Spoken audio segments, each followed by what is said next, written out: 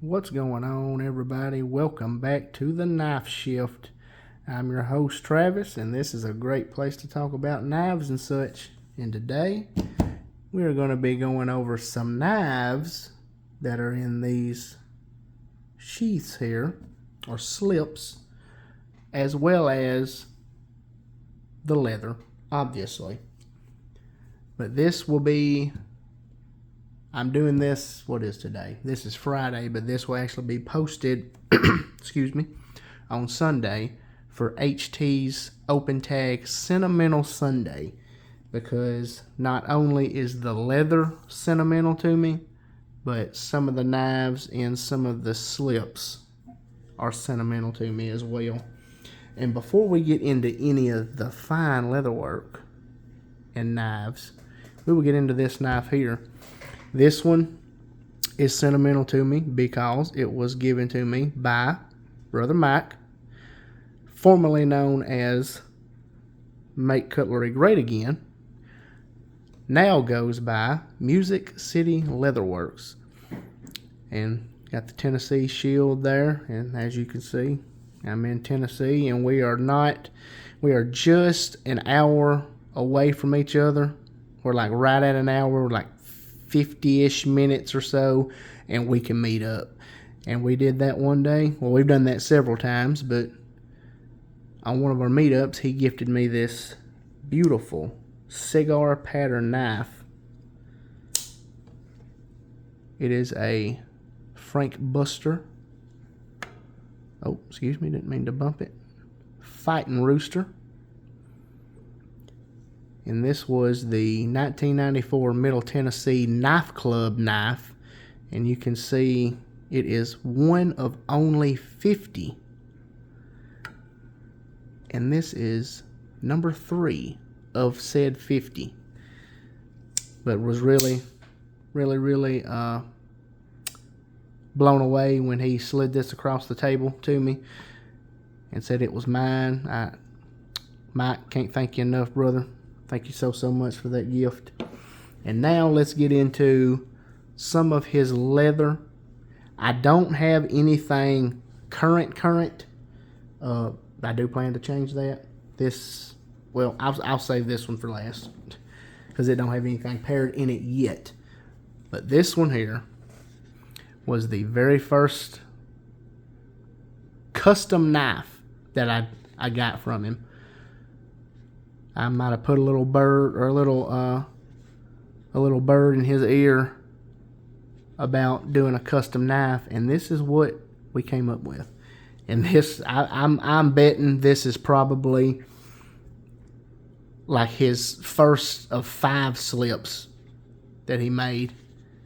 I mean, you can see it's just plain Jane. Got my initials carved in there. I absolutely love it. As well as this custom Sodbuster Jr. that I had him do for me. I wanted him to hide the pins. He nailed that. Beautiful. This was, like I said, this is a Sodbuster Jr. And this was originally a black jigged synthetic Sodbuster Jr.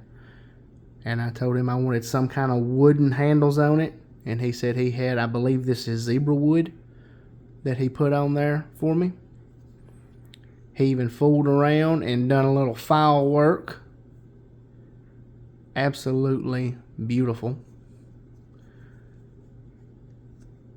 I had him put me a half stop on the blade. And it sits nice and flush. Yeah, watch out now. Pow. There you go. You can see the 37 pattern, which, you know, the 6 obviously don't matter anymore because this is a custom, but just a dandy custom piece that I am quite excited to have. And that is sentimental to me, as well as this slip here. Now this is just a slip I had him make, and this is when he started He got him some stamps, and he started stamping all of his projects.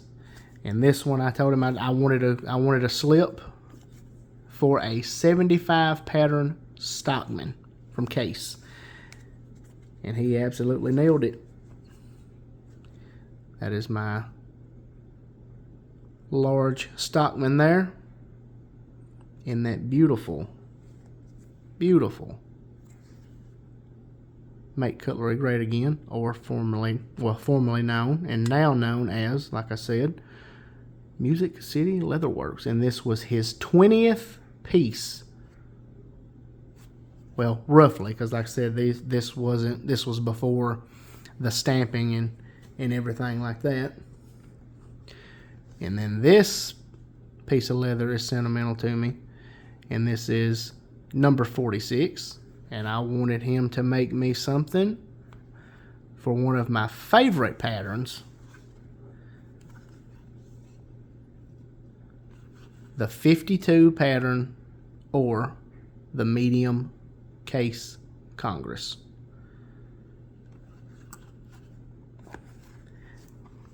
And we'll kind of move through some of these, because they're, like I said, the leather is sentimental to me, but some of these, the knives inside, are sentimental to me. These are just knives that, I have. The knives are obviously sentimental to me as well, as, they'll probably still not go anywhere. But next is this beautiful slip here. And this one has another custom in it. And as soon as I had him do my original Sodbuster Jr. here, I said, I want another one, and I want a carbon steel blade, and I want the blade modified to be a spear point, because that is personally my favorite blade type. And this was his 60th piece. Had some matching blue stitching for these awesome blue acrylic handles that he done for this one here. And y'all just totally knocked it out of the park. Beautiful. And this actually finished to a higher shine than what he originally thought it would. So you can see all the way plumb down to the liners there, which I think is just absolutely cool. You can see the depth there, you can see the pins. And then like I said, I said do some kind of blue acrylic handle, because I knew that would pair perfect with that carbon steel blade. There is the carbon steel, and again, 37 pattern. And there is that blade modification. Oh, and he done some more file work on this one as well. And he even finished it all the way down. As you can see, he kind of stopped right here on this wavy. He didn't finish it, and he said that he didn't like that the last time, so he was going to finish it all the way down. And both of them, but you can see there's the difference in the blade. That is the regular Skinner blade there, and that is the one that I had him make me a spear point blade. And just absolutely gorgeous. She's cut up some steaks, some apples, and some things. So she is gone to Teenertown. Absolutely beautiful. Then we get into this one here. Now this is whenever you could see he's kind of started going into painting the leather, and then we're getting into some antique as well. And you can see he's got him a basket weave stamp here. It's just some beautiful work. This was his 74th piece. And this was made, he said, to kind of look like a little gun holster. And it sure does. And it holds another beautiful custom piece. This was originally, I can't even remember. It was a two-bladed mini trapper. I can't remember. I want to say it was just a synthetic. You know, as I kind of tried to buy as cheap as I could, you know, because it was just going to get blown apart anyway. And I said, I gotta have me some Stag. And y'all, look at that thick girl right there. I mean, he killed it. He absolutely killed it. I mean, look at that. Look how naughty. I mean, she naughty. That naughty Stag. Kind of transitions down real nice, tapers down. Nice, smooth. And then I had him delete the main clip point blade. Well, this was kind of actually his ideas rolling. I kind of gave him, you know, I told him I wanted carbon steel and I wanted Stag, and then he kind of ran away with everything else. And he said he wanted to do what he called a bull buster and only leave the spay blade. So make a single blade spay blade mini trapper. And I said, bruh, let's do it. So we sure did. And this one again has cut up some stakes. So she's gone to Teenertown as well. You can see the 3207 and CV. Absolutely gorgeous. Absolutely gorgeous. Cannot thank Brother Mike enough.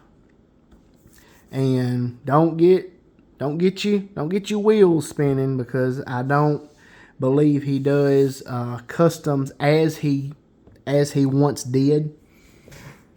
But now, with that being said, I do have another fine piece of leather by him, and this one is marked 91. And what he did is he labeled all of his first 100 pieces, and then after that he cut away with the numbers, just because, I mean, it would start to get a little out of hand, you know, obviously. But this was 91, and I had to have this one not only because was it 91, that 91 is my birth year, but also I did not own any pancake sheath. And so this is a pancake built sheath that I had him, well, I didn't have him make for me. You know, he was actually selling this as a second because it had some kind of, you know, some little imperfections and stuff that he didn't care for. You know, you can see you got a little 9 down here. You know, I mean, which I totally understand, but at the same time, you know, I mean, this is my birth year. I'm gonna have to have it. So he ran it for an auction. I think I ended up getting it for like $60.